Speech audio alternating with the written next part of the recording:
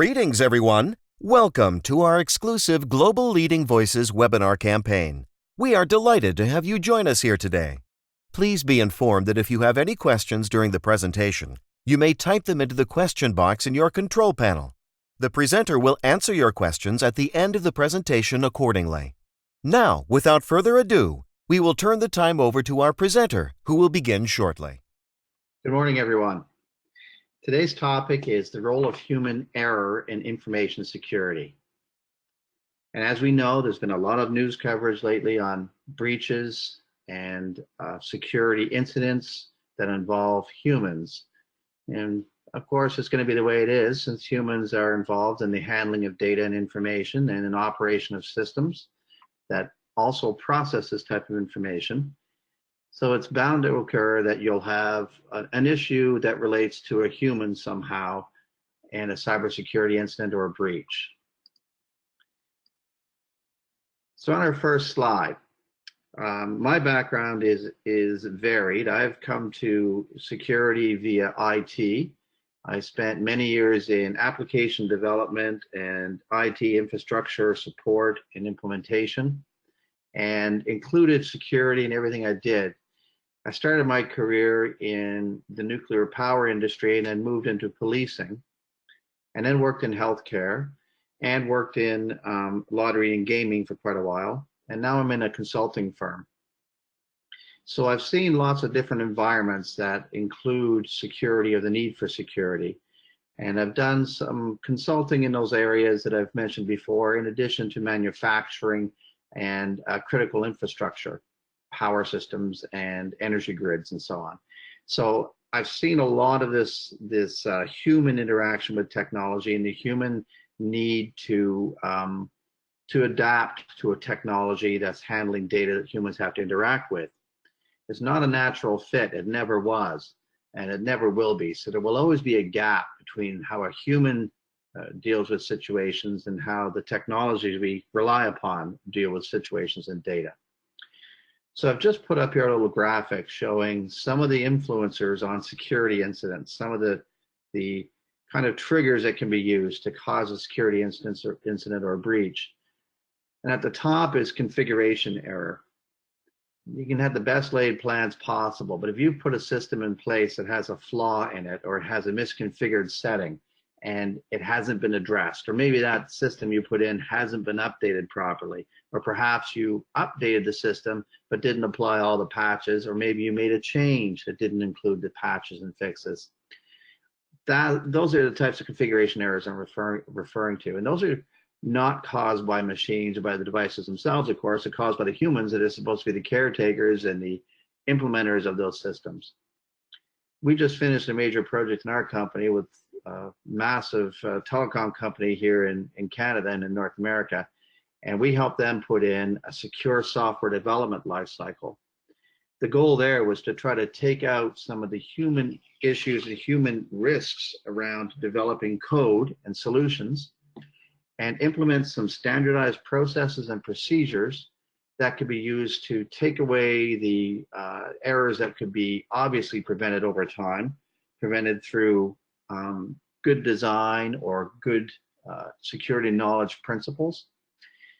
We're trying to remove some of those configuration error issues that happen at the development stages by doing this for this organization. That effort we know is going to yield results. We've already seen some positive results from putting that in place with this organization. So trying to remove the configuration error issue is a multi-part, multi-level kind of process in security, as probably we're all aware. Development is one way you can attack this, in the development level if you're building code or having code built for your organization. Another way, of course, is taking care of those procedures and processes that humans rely upon every day to do their work on computer or digital systems. Things like patch management, making sure that you've got standardized methodology for deploying images of systems and devices, making sure that you've checked systems and devices for security, making sure you've applied proper design techniques that incorporate defense in depth and security measures that are normalized for our security side of the fence, but not so normalized in the IT or the support or infrastructure world. So configuration errors are one source of an issue where human factor takes some attention, I guess, and the risk around security incidents. Social engineering, we've all heard about this. It's a common methodology these days for someone to exploit the human factor by trying to convince the person that they're attacking that they're someone else, or pretending to offer something that they're not really offering, and then slipping in some kind of nefarious code and nefarious infiltration methodology within that offer. So social engineering is always going to be around. It's an old technique. It's been around since Hannibal's marching across the Alps, across the mountains. The goal of a social engineering expert is to pretend to be who you're not, or to pretend to offer something you don't offer. I've used this technique in penetration testing on the physical side, even when I attempt to get into an area within an organization where I'm not supposed to be physically. I'll use social engineering techniques, simple ones like pretending to be someone from pest control, or pretending to be someone from IT and having a fake ID printed up and on my shirt or something. It's amazing what you can do through social engineering and what you can gain access to. But that relies upon the human factor. It relies upon humans to interact with, to convince them to let you in or let you do things you shouldn't be allowed to do. Information leakage has also become a very well-publicized weakness in security. Leakage is when you've accidentally given out information. You've either misdirected an email, or you've posted information online you shouldn't have posted that led to information compromise, or you've set up an infrastructure that wasn't secure that leaked information into the public internet when it wasn't supposed to. Different exposures to information leakage and different opportunities for them to happen include other things like maybe a malicious employee. This happened recently here in Canada, where a large credit union organization in Canada, and based in Quebec, had information leaked by an employee who took it on purpose, and they didn't even know it happened. The police force detected the information online, and it informed this large financial organization that their information was on the internet. And they identified the employee, who was promptly dismissed, of course, and is now facing criminal charges. Phishing is, I've broken out separately as a risk area for human interaction or human error possibility, because unlike just pure social engineering, phishing has taken off with some specializations incorporated into it that make it a little more specialized now than it was in the past. There's phishing, there's spear phishing, there's smishing, there's all different ways you can pull this off. You send an email or a text message purporting to be someone you're not. In Canada, a popular scam lately is the Canada Revenue Agency scam, where someone sends you a text message pretending to be from our national tax organization that collects taxes, and they're threatening you with legal action if you don't respond immediately. And then they try to extract banking information from you to pay a fine. So there's different ways you can phish. One thing we've seen as well, and I'll show you some examples of this, are spear phishing attacks not on prime targets, but on targets nearby the prime target. It's a way to get in without necessarily attacking someone who might have been coached on preventing spear phishing attacks against themselves. You're trying to attack a weak link in the system. And lately, those close to power are the ones that have been targeted quite frequently. On the right, just have a couple of stats for you. IBM Cybersecurity Intelligence Index once ranked 95% of all security incidents as being something that involves some kind of human error. In 2018, Securus issued a study as well, where they said 25% of data breaches were human error related. So it depends on which study you read and how you're reading the information. From 95 to 25% is quite a spread in the statistics. What we do know is there's an impact. Human error has an impact on your security and on your prevention of breaches and cyber incidents. Whoops, sorry about that. I jumped one slide. Some root causes for human error. Obviously, one of the one of the cornerstones of good social engineering is you're going to try to hack humans. But beyond social engineering, you can also use a human in an organization without necessarily attempting social engineering on them, but by using them as kind of an unwitting victim. And that's the next one, where the person doesn't realize they're being used. This could involve, of course, using their system, their computer in front of them, as a delivery mechanism for delivering your ransomware, your viruses, whatever it is you're planting, your rootkits on the systems.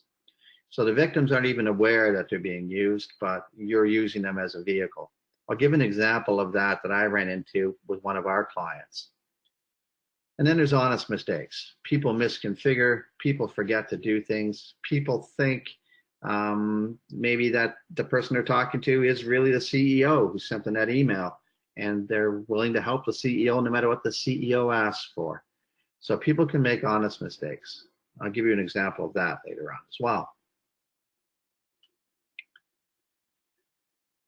With any type of security incident or data breach, you should have some method for managing it. You should have a method for recovering from it. We know with ransomware, for example, ransomware isn't a closed incident. It doesn't just happen and you get rid of the ransomware code and you're done. With ransomware, it's going to grab your data, encrypt it, and hold it until you pay a ransom, and quite often it becomes public information. A lot of these people doing the ransomware work these days are organized. So when they send you the code to get your data unlocked again, they'll usually be gracious about it. You might even get great technical support. That's what one of our clients told us when they were subjected to ransomware. They said, oh, we paid the ransom and it was the best technical support we've ever had. And of course, they'll have technical support because they can afford it, because they're just making money off of taking money from people through ransom. But the incident management piece, that piece where you launch first your response, your triaging of the incident and all that, it's critical to have some kind of a process documented for that. And I'm still stunned by how many companies and organizations that I go to do work for who don't have an incident management plan. Their plan is to immediately call a lawyer. That's the best plan they typically have. If they have nothing else, they'll call a lawyer.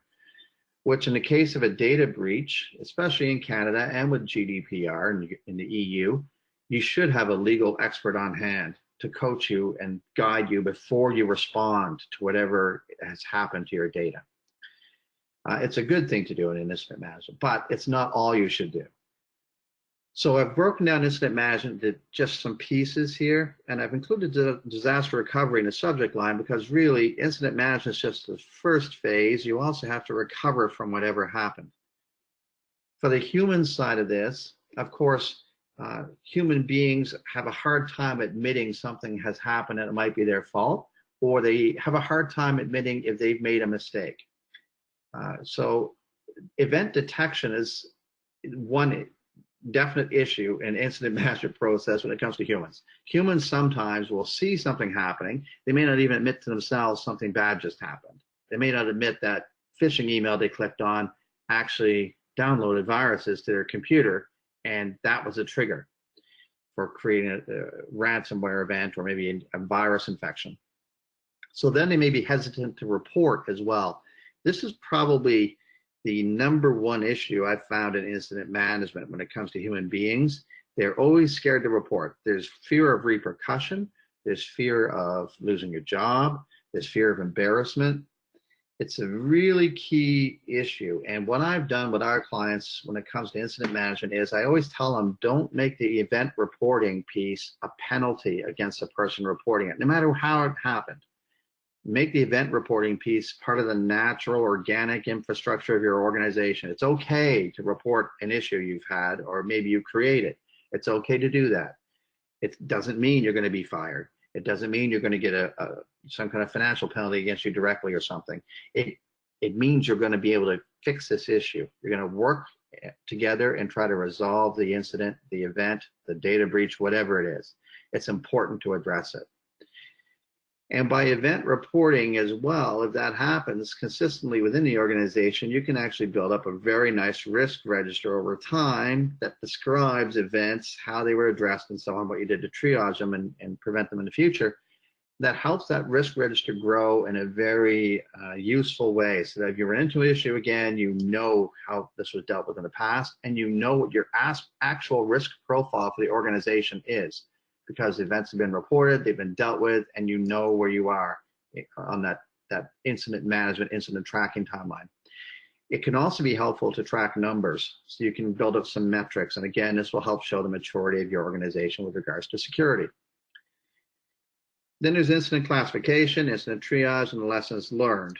The incident management classification and the incident classification, the incident triage, those are just sort of technical processes. When you get IT involved, you get your security people involved, you get senior management involved, maybe legal advice involved, maybe a privacy expert if you have one of those on staff, your privacy officer. So that piece takes care of itself once you have it built. The end piece, again, is typically a weak point. People often don't learn a lesson from a security event or an incident. And I'll show you an example of where one of our organizations that we deal with learned great lessons from it and applied them, and another one did not. I put a reference down here to NIST SP 861, where they talk about learning and improving as being a critical piece of this incident management that is typically missing. It's the same for disaster recovery. People often just want to get back to work and back to business. They don't often think about that lessons learned piece. How did we get here? What happened, and how do we prevent in the future? Oops, there. Here's some examples where human factor was involved in well-known and publicized data breaches or security incidents. Equifax was a great one. There were a whole bunch of expired certificates that led to a delay in the detection of the breach. And it's a long story around that one, but obviously someone was not doing that regular update of the certificates. They weren't going back and checking them on a regular basis, didn't have a schedule, didn't have a process around it, a procedure around it. That is a human error piece of activity that could have been prevented with a good procedure, documented, and people doing that job, checking their certificates.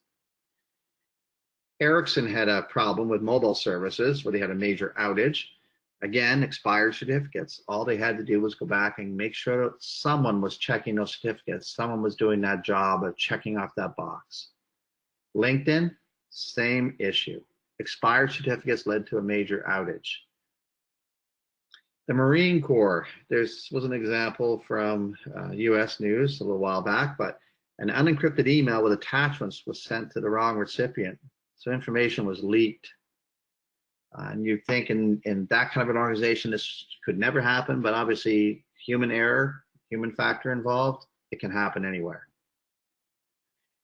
Here in North America, we've also seen multiple cities fall prey to ransomware delivered via phishing emails. It was so bad actually, here in Canada, we had a city in Ontario, not far from Toronto, city of Brampton, where they actually had a phishing attack and it shut down parts of their data systems, and it meant a lot of their municipal services were impacted right out to the taxpayer level, right out to the people who are citizens of the city being affected. And they made a call, the mayor of that city made a call for a national strategy to deal with ransomware and these phishing attacks. Again, it was simple mistakes. Someone clicked something in an email. They fell prey to a phishing email. In the United States, it was so bad, it's generated a lot of attention and press in the States for a couple of major cities there that fell victim to phishing emails as well. Baltimore was one, and triggered ransomware attacks. So this human error or the human weakness is still a favorite way for hackers and attackers to get access to your data or to somehow gain something from you. So we have a few case studies. I'm going to look at what happened. I'm going to look at what happened, how it was discovered, if it was reported, not how it was reported, because sometimes it isn't even reported, it's found by accident. Is there a root cause to the issue, and what lessons were learned? So this first one I put a title slide on because this one was a big one. I worked in lottery and gaming, as I said, for a while, a little over 8 years. And I was a director of information security for our global security program and saw a lot of interesting stuff. And this was one that jumped out as a pinnacle of an example of what can go wrong. The guy in the photo I've pointed the red arrow at is Eddie Tipton. Eddie Tipton was a director of information security for an organization in the United States called MUSL, the Multi-State Lottery. MUSL's made up of member lottery organizations from different states in the US, and they get together this way to offer major games like Powerball and Hot Lotto, which was what this one was called at the time. These major games, major lottery games, are draw games. They're ticket-based. You buy numbers, take a chance to win, but you could win tens of millions of dollars in these things. So they're very popular. And they can go up into the hundreds of millions in some cases, especially for games like Powerball. This is an image from a convenience store in Eddie Tipton's hometown. And that's Eddie Tipton with his hood up, attempting to cash in a lottery ticket. The lottery ticket, by the way, was worth over 10 million. I think it was 14 million in this case. So this slide just tells you a little bit about some of the background. Hot Lotto was a multi-state lottery game. It's worth, as I said, tens of millions of dollars usually for the prize draw. They have other games too that are offered. They're a bit lower value per state, but they're still millions of dollars, US dollars. In this case, the big prize was 14.3 million that Eddie Tipton was trying to claim. Now, as a director of information security for the organization that organizes the draw for this lottery, he's not allowed to play the lottery at all. He's not allowed to buy tickets. He's not allowed to win it. Eddie was the director, as I said. He oversaw the draw and its security, including these special pieces called random number generators, RNGs, as we call them in the business. And he brought in this measure for making sure that the RNGs were inside of black boxes.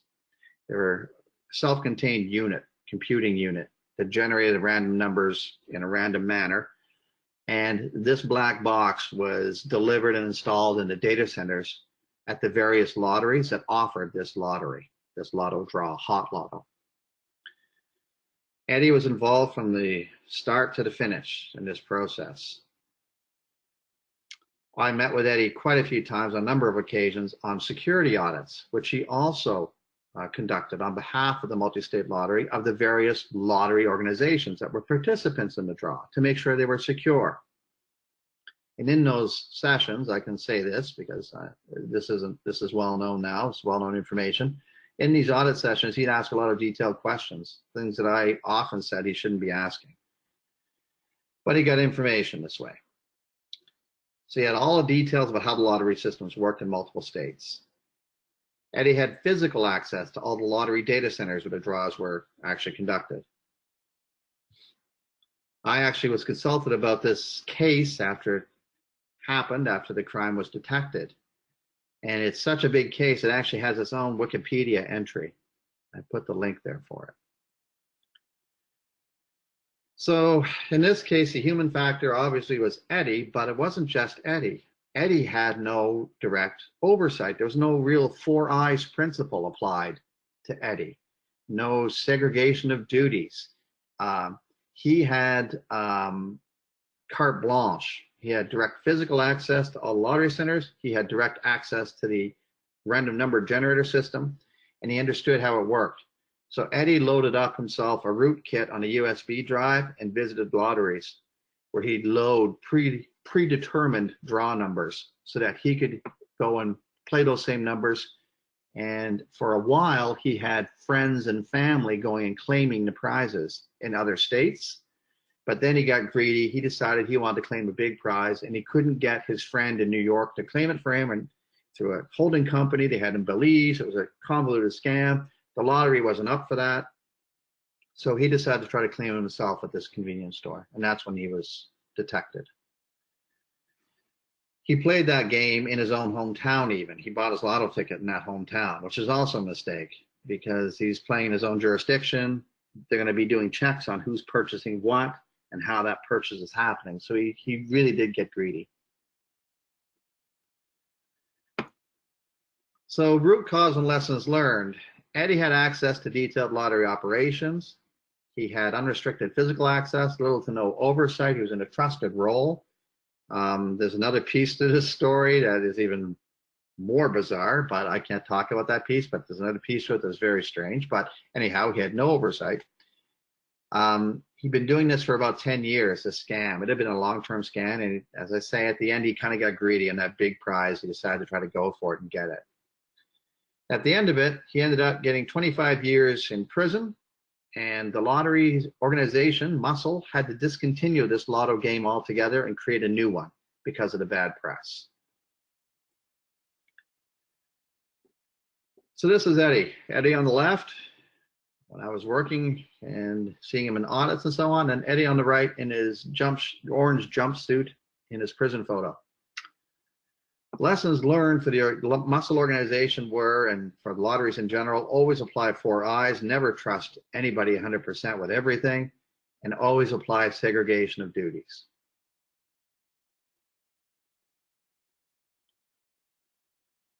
In our second example, I can't name this company, but this is one of our customers, an up-and-coming manufacturer in a very high growth industry, and they are growing fast, super fast. They went from 100 employees, or actually 10 employees at start, then to 100 within 3 months. And within a year and a half, they've gone up over 1,000 employees. So they've grown very fast because of demand for what they make and demand in the industry they work in. So I was called on a Tuesday afternoon by the customer to help with what they said was a security incident. And the incident looked like this. Their customers were contacting them about phishing emails they were receiving that contained some kind of executable code. And it was coming from emails within this company's email system. And they weren't spoofed, they were actually from source email addresses because they were replies to internal emails that had been exchanged with these other outside clients, outside contacts. 1 or 2 of the company laptops were also reporting viruses of some sort. They couldn't quite pin down what kind. And because of the growth of this company and the fact they were in such a hot market, they had contact with federal and state and country level politicians. They also had direct contact with regulators, with other suppliers and other participants in the same industry. So their client list and their email was quite huge.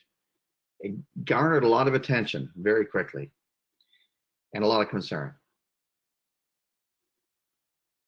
So I went in and brought in, I had another member of my team in there, and then he had to go home. So I went in, I was there, and I put together their incident response group, and we all sat in their boardroom until close to midnight that night.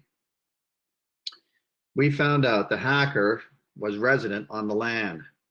They had already gotten inside.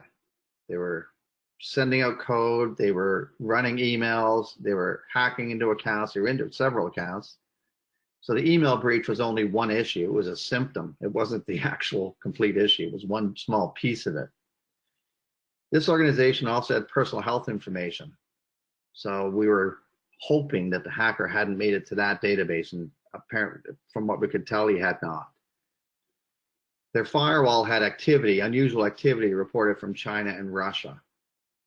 They did no business in China or Russia. So I said, when the first words out of my mouth were, why are those domains allowed through your firewall at all if you don't do business there? Just cut them off. And until you do business there, open them up only to those you do business with. So we shut that down, and the traffic, of course, into the network shut down very quickly as well.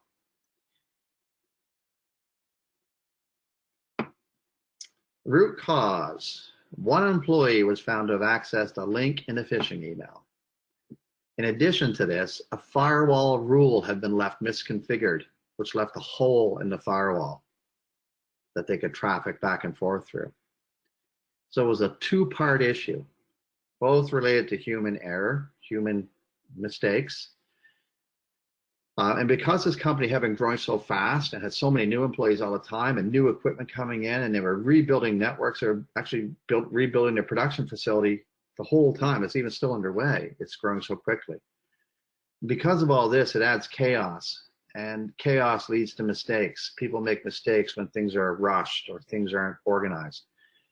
In this case, two big mistakes were made. They also had no training program for their staff yet, no security awareness, even though they're handling some personal health information as part of their daily workload. So what they did was, we shut down the breach, of course, and we shut down the issue and fixed everything and did a great triage exercise. It went on for 3 days straight to make sure everything was straightened up and buttoned down. And it stopped all the attacks and all the foolishness from happening, which was great. But then this company went ahead and hired an outside security consultant, myself, to help them develop a security program. And we based that on a threat risk assessment, a privacy impact assessment, and vulnerability penetration testing. We went through everything in the organization, from procedures down to configurations, to testing infrastructure, to testing their SCADA system that ran their environmental controls. It was broad-based and deep at the same time. So from all of that, we ended up with a large shopping list of fixes, and they've fixed them all. And we've gone back and retested and re-examined all the processes, procedures, and everything to make sure everything is as tight as we can possibly get it and still make it functional, of course. So they put in a ISMS, they addressed non-secure infrastructure design, staff education, IT procedures. They addressed it, they poured the money and resources onto it they need to pour onto it to fix it. It's come so far now that now they're looking at certification to ISO 27001 to make sure they keep things in line, at least at that governance level for security. The greatest lesson out of this, though, is that human error factor, that fact that a human can click the wrong email, a human can misconfigure a device. My third example is, it sounds small in nature, but it led to a big issue. And this is what I was talking about at the start. You may have people being targeted in the organization for hacking or for social engineering attacks who are not key decision makers in the organization. They're the people next to the decision makers. In this case, I put up just a sample email because I didn't want to use the real email, but this is a sample email of what this admin assistant ran into. The admin assistant was the admin assistant to the CEO of the organization. This organization was another startup that was growing very, very fast. They're quite large now. They're in the medical sector, and they do some very specialized stuff. So they've grown their company very fast. A lot of staff additive, a lot of location ads. They're across Canada into the US. They're looking at the EU market now. So they're growing very, very quickly. This admin assistant received an email and it purported to be from the CEO. So it was a spoofed email address and so on. But because she hadn't really been trained on any of the security awareness stuff, she read the email. The email said, or asked her to go and buy a whole bunch of gift cards, iTunes cards, so that they could be given to staff as part of an annual bonus thing. It wasn't near annual bonus time, but she'd only been with the company for a few months, so she didn't know.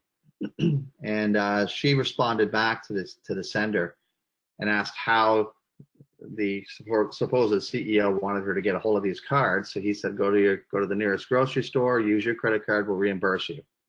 So she did that. She went and bought $1,500 worth of $1,500 worth of gift cards for iTunes. And then she emailed and said she had them, and he responded back, great, scratch off the back and send me the codes. And I'll send them out to people. Well, the CEO had just come back from lunch and saw her with all these gift cards at her desk and saw her peeling off the back to scratch the codes off to send off an email. She typed up the first 4 or 5 codes and the cards and was populating the email response. He asked her what she was doing, and that's how it was discovered. So in this case, a trusted source supposedly asked another coworker or someone in the organization to do something. The admin assistant responded to this trusted source, and then thankfully she was stopped before she could send out all the card codes. So obviously the company should have learned from that and made changes immediately. The other thing about this organization was they have an IT department and they had an information security manager role already in place, and yet this happened.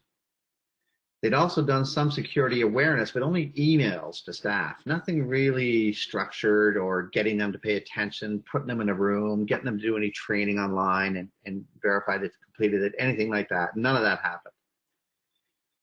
And the admin assistant had never seen an email like the one she received. She was actually fresh out of university, and she hadn't been warned about what they should look like.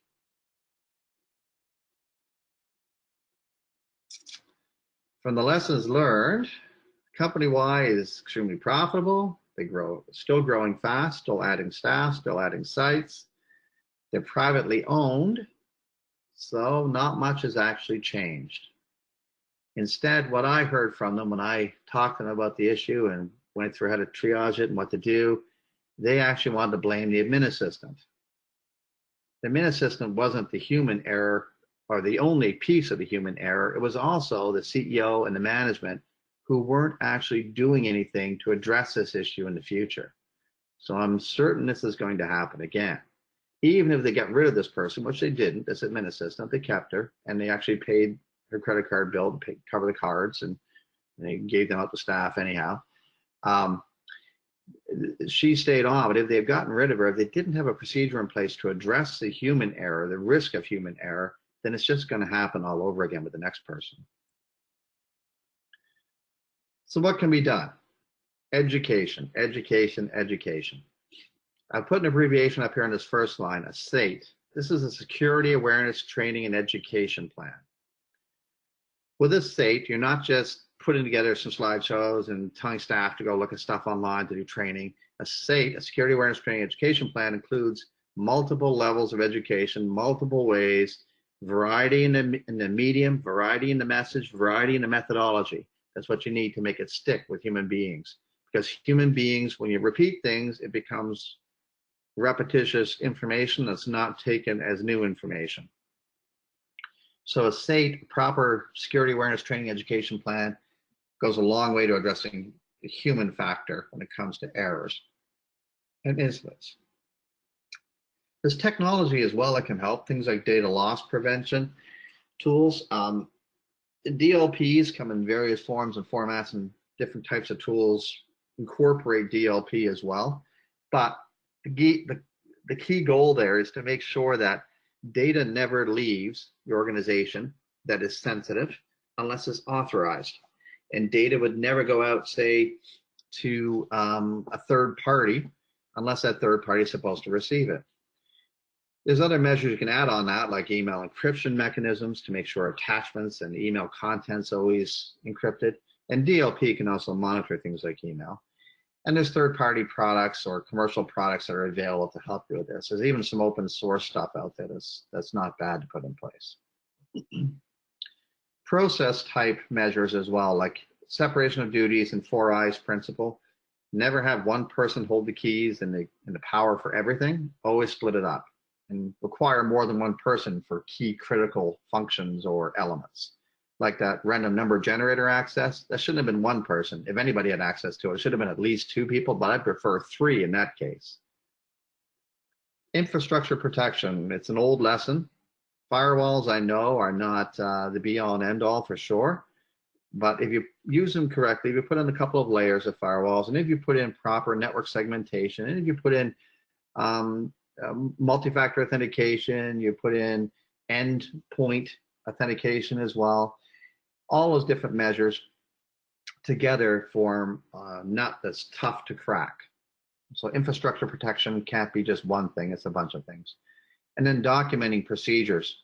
making sure that IT, your critical touch point for data access and so on, has documented procedures, making sure that anybody accessing critical data or using it has documented procedures, making sure development has documented procedures for developing securely, all those different things. Okay, that's the end of my part of the presentation. Over to you, Ardian. Yes, thank you, Anthony, for delivering this very informative and interesting case study session. I would like to inform you that PCB provides training and certification services for ISO 27001 Introduction, Foundation, Lead Implementer, and Lead Auditor course. These courses and a certificate in these courses will show your dedication in implementing and managing these processes and frameworks, and most importantly, you will be recognized worldwide. Now, we'll go ahead and take some time to answer some of the questions from attendees regarding today's topic. The first question is, from your own experience, what is the most frequent human error that can occur in an organization from the information security perspective? Good question. I think it's information disclosure. People thinking that they can give information to someone because they have the information, when in fact they should check with the information owner and check the classification of that information first. My favorite example is a sales call. When an IT person receives a sales call from someone who represents a firewall company or something like that, or security company, and they say, well, what are you guys using for your firewalls now, and how do you have those configured? That's information you should never give to a stranger on a telephone. You should have an NDA, you should have some kind of process around that for disclosing the data, sharing the information. It shouldn't be an automatic thing just because it's a sales call. Great. We have another question. What is the best check control to prevent the internal theft? Yeah. It's not, I couldn't even say it's one particular method you should employ. There's a few things you should do, but definitely if you can afford it, a data loss protection application or process, procedure, tool, whatever you need to get for DLP, absolutely a great thing to have. The other thing is making sure that critical data isn't accessible to everyone. So you segment your information. I, for example, have run into a lot of cases where developers have access to production data as part of their normal work day so that they can do testing. It's a mistake.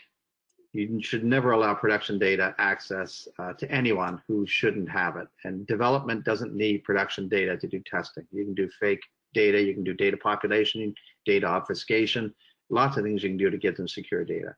So there's a few things you should think about when you're thinking about protecting from that internal theft. Great. And now, because of the time limitation, we will only answer one more question, and the rest of the questions will be answered by email if anyone has any other questions. So the last question to wrap up today's session is, if we can go back a few slides, or maybe we don't need to, how did the virus get into the company X email system? Yes, so. Yeah, good question. Yeah. So the root cause that we found was the person who originally received a phishing email clicked on a link that loaded a keystroke logger onto their system, and the attacker was sent the information through that hole in their firewall. Every time this person logged in, they got their password username for each system they connected to. And this user they got to actually had remote desktop installed to access a server, a specific server. And so that end user or that attacker on the outside used RDP to send their virus, their code, onto the system inside. This company was using a mix of internal Exchange housed in their network and Office 365. They were migrating to O365, but they hadn't finished. So this old Exchange server had their entire email contact list on it. So this guy just popped this code onto that server, and it was immediately mailing everybody in their contact list on his behalf. Great. Thank you, Anthony, once again for this very outstanding session. I believe the audience had the chance to get detailed insights from these case studies that you provided us insights to. I would like also to thank everyone for attending today's session. Please be informed that this session will be recorded and posted on our website as well as on our YouTube channel together with the slides of the presentation. If you would like to know more information about our webinars or anything related to PCB or our upcoming conference, please visit our website www.becb.com. Thank you all and have a great day.